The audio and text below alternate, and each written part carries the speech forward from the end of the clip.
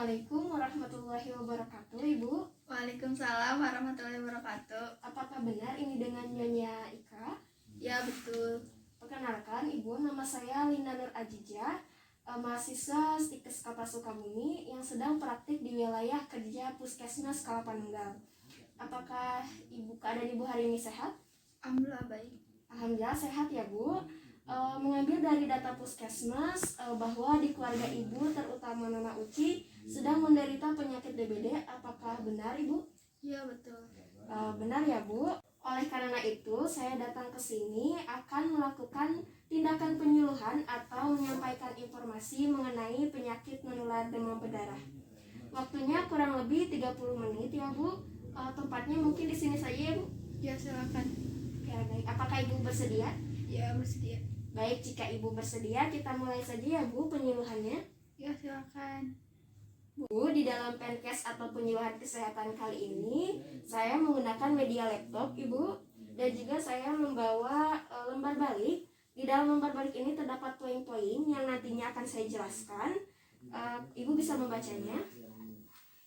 Kemudian saya juga membawa leaflet. Nanti Ibu bisa jadikan bahan bacaan untuk di rumah ya, Bu. Nanti saya bagikan setelah penyuluhan selesai ya, Bu ya. Baik, metodenya yaitu ceramah dan juga diskusi tanya jawab ya, Bu. Baik, Ibu, sebelum mulai penyuluhan, izinkan saya untuk bertanya terlebih dahulu ya, Bu. Apakah Ibu sudah tahu apa itu penyakit demam berdarah? Enggak. Kalau penyebabnya Ibu, apakah Ibu sudah tahu? Enggak juga. Tanda dan gejalanya Ibu tahu? Enggak. Penularannya apakah Ibu sudah tahu? Untuk pencegahannya apakah Ibu sudah tahu, Bu? Enggak. Baik, dari beberapa pertanyaan yang saya ajukan, ternyata Ibu belum mengetahui tentang apa itu penyakit demam berdarah, tanda gejala, penyebab, penularan, serta pencegahannya ya, Bu ya. Oleh karena itu, saya akan menjelaskan podcast ini. Mudah-mudahan Ibu dapat memahami apa itu DBD. Tujuan dari penyuluhan kesehatan kali ini adalah diharapkan Ibu dapat mengetahui dan memahami apa itu penyakit menular DBD. Ibu, dalam penyuluhan kali ini materi yang akan saya sampaikan yang pertama adalah apa itu pengertian penyakit DBD. Yang kedua adalah tanda dan gejala penyakit DBD. Yang ketiga, penyebab terjadinya penyakit DBD. Yang keempat, penularan penyakit DBD. Dan yang kelima, yang terakhir yaitu cara pencegahan penyakit DBD. Kemudian dari waktu yang telah kita sepakati tadi yaitu 30 menit, akan saya gunakan 20 menit untuk menyampaikan materi yang telah tadi saya sampaikan. 10 menitnya kita gunakan untuk diskusi tanya jawab ya, Bu. Ya. Apabila nanti dalam penyampaian materi saya kurang dari 20 menit, mohon dimaklum ya, Bu ya. Ibu, kita mulai ya, Bu. Yang pertama tadi poinnya yaitu pengertian demam berdarah. Menurut Badan Organisasi Dunia atau WHO mendefinisikan bahwa demam berdarah dengue atau DBD merupakan penyakit yang disebabkan oleh nyamuk Aedes yang terinfeksi salah satu dari 4 tipe virus dengue dengan manifest klinis demam, nyeri otot, dan juga nyeri sendi. Dengue adalah virus penyakit yang ditularkan dari nyamuk Aedes, nyamuk yang paling cepat berkembang di dunia. Demam berdarah merupakan penyakit yang mudah menular, Bu. Sarana penularannya yaitu berasal dari gigitan nyamuk Aedes aegypti dan juga Aedes albopictus ya, Bu ya. Baik, Ibu, dari materi yang saya sampaikan barusan, apakah Ibu sudah paham? Ya. Sudah paham ya, Bu? Baik, selanjutnya kita lanjut ke poin berikutnya yaitu tanda dan gejala DBD ya, Bu ya. Tanda dan gejala demam berdarah dengue atau DBD. Gejala umumnya timbul 4-7 hari sejak digigit nyamuk dan dapat berlangsung selama 10 hari. Beberapa gejala demam berdarah yaitu yang pertama, demam tinggi mencapai 40 derajat Celcius, nyeri otot, nyeri sendi dan tulang, nyeri kepala berat, nyeri pada bagian belakang mata, nafsu makan menurun, mual dan muntah, pembekakan pada kelenjar getah bening, ruam kemerahan sekitar 2-5 hari setelah demam, kerusakan pada pembuluh darah dan getah bening, dan juga yang terakhir pendarahan dari hidung, gusi, dan di bawah kulit. Ibu, dari penjelasan tanda dan gejala DBD barusan, apakah Ibu sudah paham? Ya, paham. Baik, jika sudah paham, kita lanjut ke poin berikutnya ya Bu, yaitu penyebab demam berdarah dengue atau DBD. Penyebab terjadinya demam berdarah dengue atau DBD. Menurut Departemen Kesehatan Republik Indonesia, penyakit demam berdarah disebabkan oleh virus dengue yang ditularkan oleh nyamuk Aedes aegypti dan juga nyamuk Aedes albopictus. Kedua nyamuk dapat menggigit di pagi hari sampai sore hari menjelang petang. Penularan terjadi saat nyamuk menggigit dan menghisap darah seseorang yang sudah terinfeksi virus dengue. Ketika nyamuk tersebut menggigit orang lain, maka virus akan tersebar. Hal tersebut terjadi karena nyamuk berperan sebagai medium pembawa atau carrier virus dengue tersebut. Terdapat faktor-faktor resiko yang mempengaruhi terjadinya penyakit demam berdarah. Di antaranya pertama ada lingkungan fisik. Lingkungan fisik ini meliputi kepadatan rumah ya Bu ya, di mana jarak antar rumah semakin padat maka akan semakin mudah tersebarnya virus atau tersebarnya nyamuk ini ya Bu ya, nyamuk Aedes aegypti atau Aedes albopictus ini. Yang kedua ada jenis kontainer atau wadah penampungan air. Yang ketiga ada ketinggian tempat dan juga iklim. Yang kedua ada lingkungan biologi, di mana lingkungan biologi ini meliputi keberadaan tanaman hias, pekarangan, dan juga jintik nyamuk. Yang ketiga ada lingkungan sosial. Lingkungan sosial ini meliputi pendidikan, lingkungan pekerjaan, penghasilan, mobilitas penduduk, kepadatan penduduk, dan sebagainya. Selain itu, kebiasaan masyarakat yang merugikan kesehatan dan kurang memperhatikan kebersihan lingkungan seperti kebiasaan menggantung baju, kebiasaan tidur siang, kebiasaan membersihkan TPA, kebiasaan membersihkan halaman rumah, dan juga partisipasi masyarakat khususnya dalam rangka kebersihan sarang nyamuk. Ibu, dari poin penyebab demam berdarah dengue tadi yang setelah saya jelaskan, apakah Ibu sudah paham? Ya. Sudah paham ya Bu? Baik, kita lanjut ya Bu ke poin berikutnya, yaitu penularan demam berdarah dengue atau DBD. Lanjut ya Bu, penularan virus demam berdarah dengue atau DBD.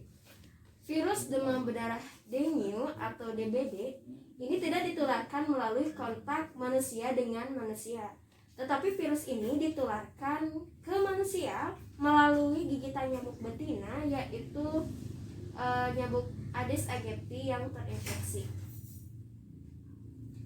Virus yang telah menginfeksi nyamuk akan berkembang di bagian eksensik nyamuk, lalu menginfeksi kelenjar ludah dan jaringan tubuh di sekitarnya, kemudian menggigit tubuh manusia. Masa inkubasi virus di dalam tubuh nyamuk berlangsung sekitar 8-10 hari. Sekitar 1 minggu setelah menghisap darah penderita, nyamuk tersebut siap untuk menularkan kepada orang lain. Nah, proses penggigitan nyamuk betina biasanya berlangsung pada siang hari dan sore hari. Ketika nyamuk betina menggigit manusia, kelenjar saliva yang telah terinfeksi virus dengue tersebut kemudian akan masuk ke dalam tubuh dan mulai menginfeksi. Di dalam tubuh manusia, virus dengue ini memerlukan masa inkubasi selama 4-7 hari. Setelah itu, virus dengue ini menyerang sistem peredaran darah yang menyebabkan terjadinya kebocoran pembuluh darah dan penurunan trombosit. Penurunan trombosit ini dalam jumlah yang besar sehingga menimbulkan beberapa tanda dan gejala demam berdarah yang sudah saya sebutkan tadi. Baik Ibu, dari penjelasan tentang penularan DBD barusan, apakah sudah paham? Baik, kita lanjut ya Bu, yaitu pencegahan penyakit demam berdarah dengue atau DBD. Salah satu pencegahan yang dapat dilakukan yaitu dengan vaksin demam berdarah. Vaksin ini untuk mencegah demam berdarah sudah tersedia di Indonesia sejak tahun 2016. Vaksin demam berdarah pertama di dunia ini telah diresmikan oleh Badan Kesehatan Dunia atau WHO, dan kesediaannya di Indonesia telah mendapatkan izin dari BPOM atau Badan Pengawasan Obat dan Makanan. Selanjutnya, vaksin bernama Dengxavia ini diproduksi oleh Sanofi Pasteur, perusahaan asal Perancis, Ibu. Nah, setelah melewati beberapa penelitian selama 20 tahun dan studi klinis terhadap 30.000 orang di seluruh dunia, vaksin ini terbukti efektif untuk digunakan pada anak berusia 9 sampai 16 tahun dan juga orang dewasa. Pemberian vaksin Dengxavia ini sendiri dilakukan terhadap sebanyak 3 kali suntikan dengan jarak 6 bulan, di mana setiap suntikannya mengandung vaksin untuk 4 tipe itu ya. Untuk 4 tipe virus dengue ini, yang pertama DEN1 disebut DEN2, DEN3 dan juga DEN4, Ibu. Upaya pencegahan demam berdarah dengue selanjutnya yaitu dengan 3+, Ibu. Jadi upaya yang dapat dilakukan untuk mencegah demam berdarah itu yakni dengan menjaga kebersihan sekitar dengan menerapkan 3M, Ibu. 3M+. Yang pertama yaitu menguras. Apa dimaksud menguras di sini? Yaitu menguras bak mandi, Ibu, kendi, galon air, drum, dan juga tempat penampungan air yang lainnya yang sudah tadi saya sampaikan, yaitu berhubungan dengan lingkungan fisik ya, Ibu, tadi jenis kontainernya itu. Yang selanjutnya, yang M kedua yaitu menutup.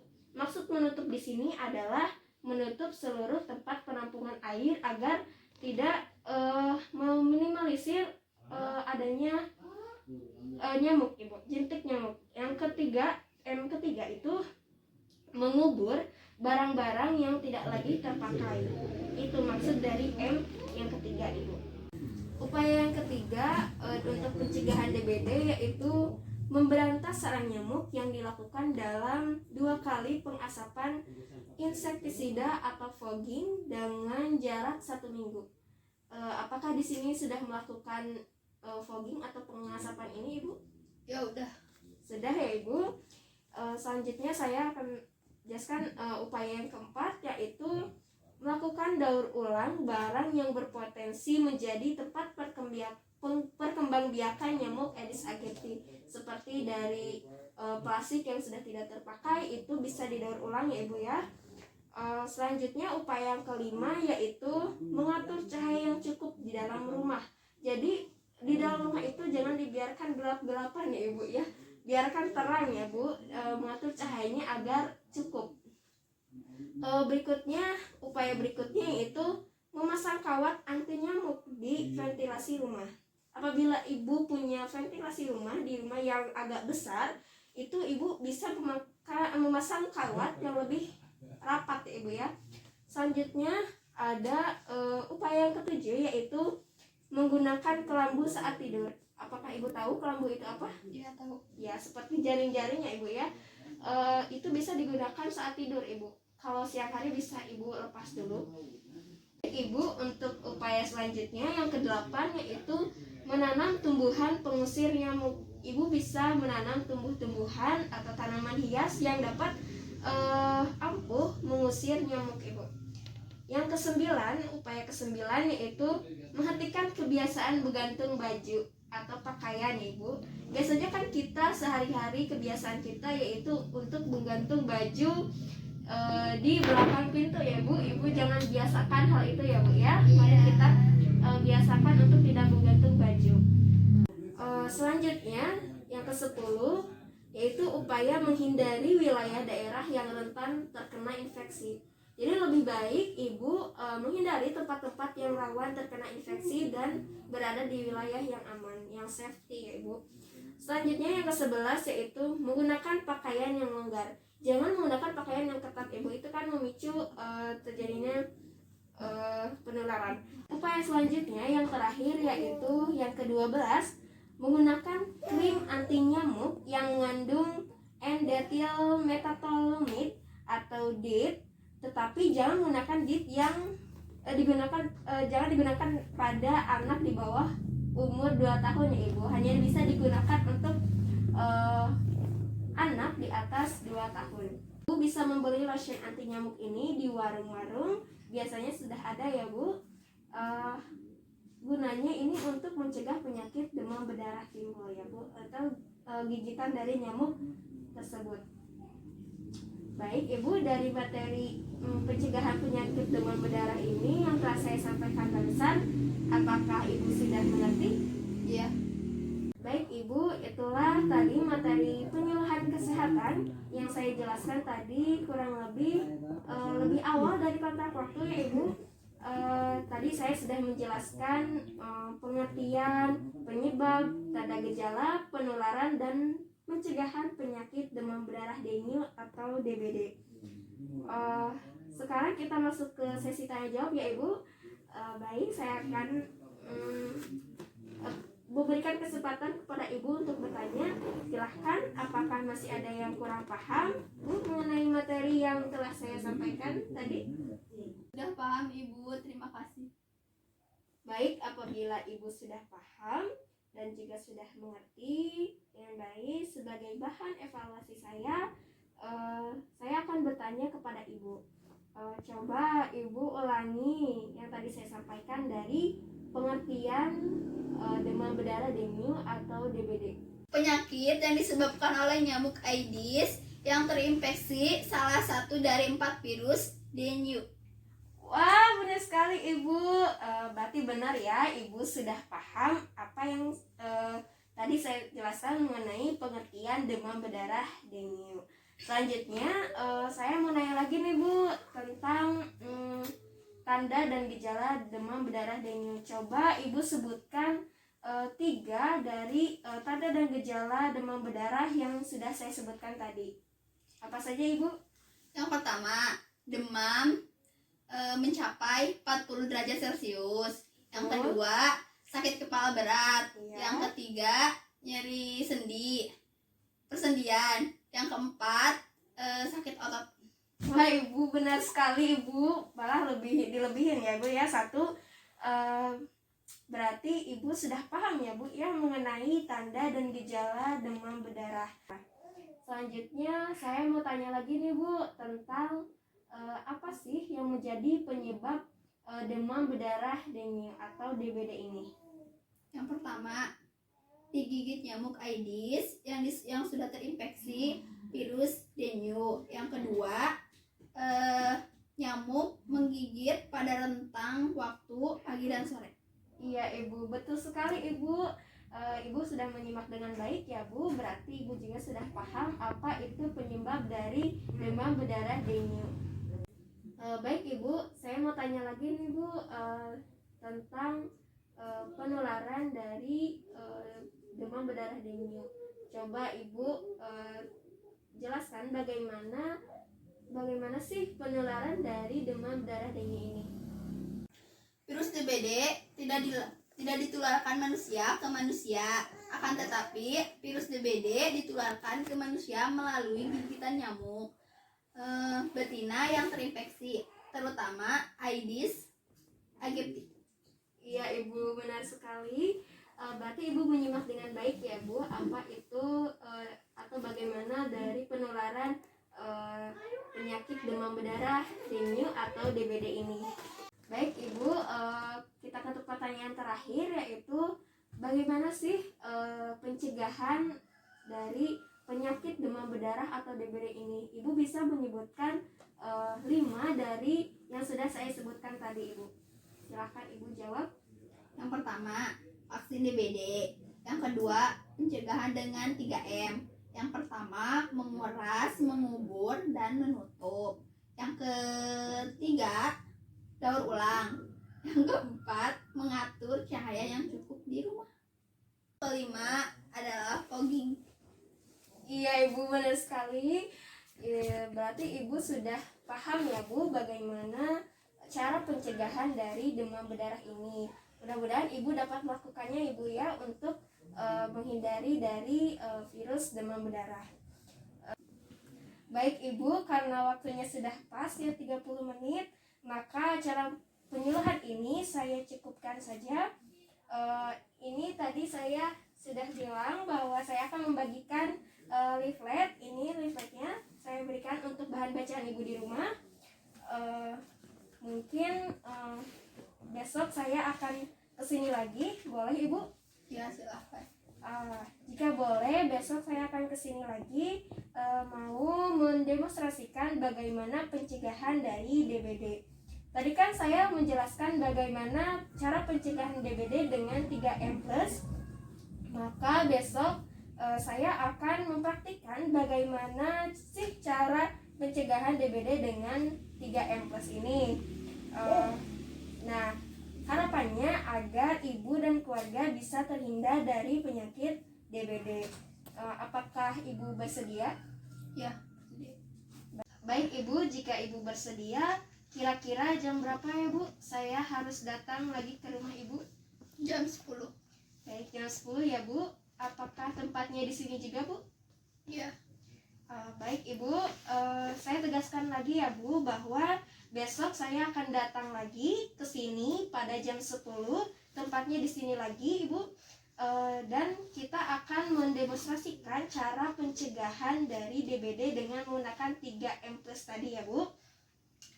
Baik Ibu, terima kasih atas perhatiannya dari awal sampai akhir acara penyuluhan yang telah tadi saya sampaikan. Kita bertemu lagi besok ya Bu. Terima kasih Ibu. Assalamualaikum warahmatullahi wabarakatuh. Waalaikumsalam warahmatullahi wabarakatuh. Saya pamit ya Bu. Ya.